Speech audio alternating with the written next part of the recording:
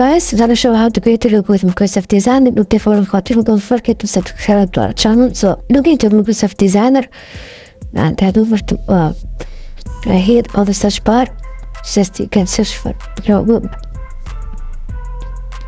But for here, just for example, type in create. This shows the images and just click on screen image, create the hair cooking company logo and hit enter.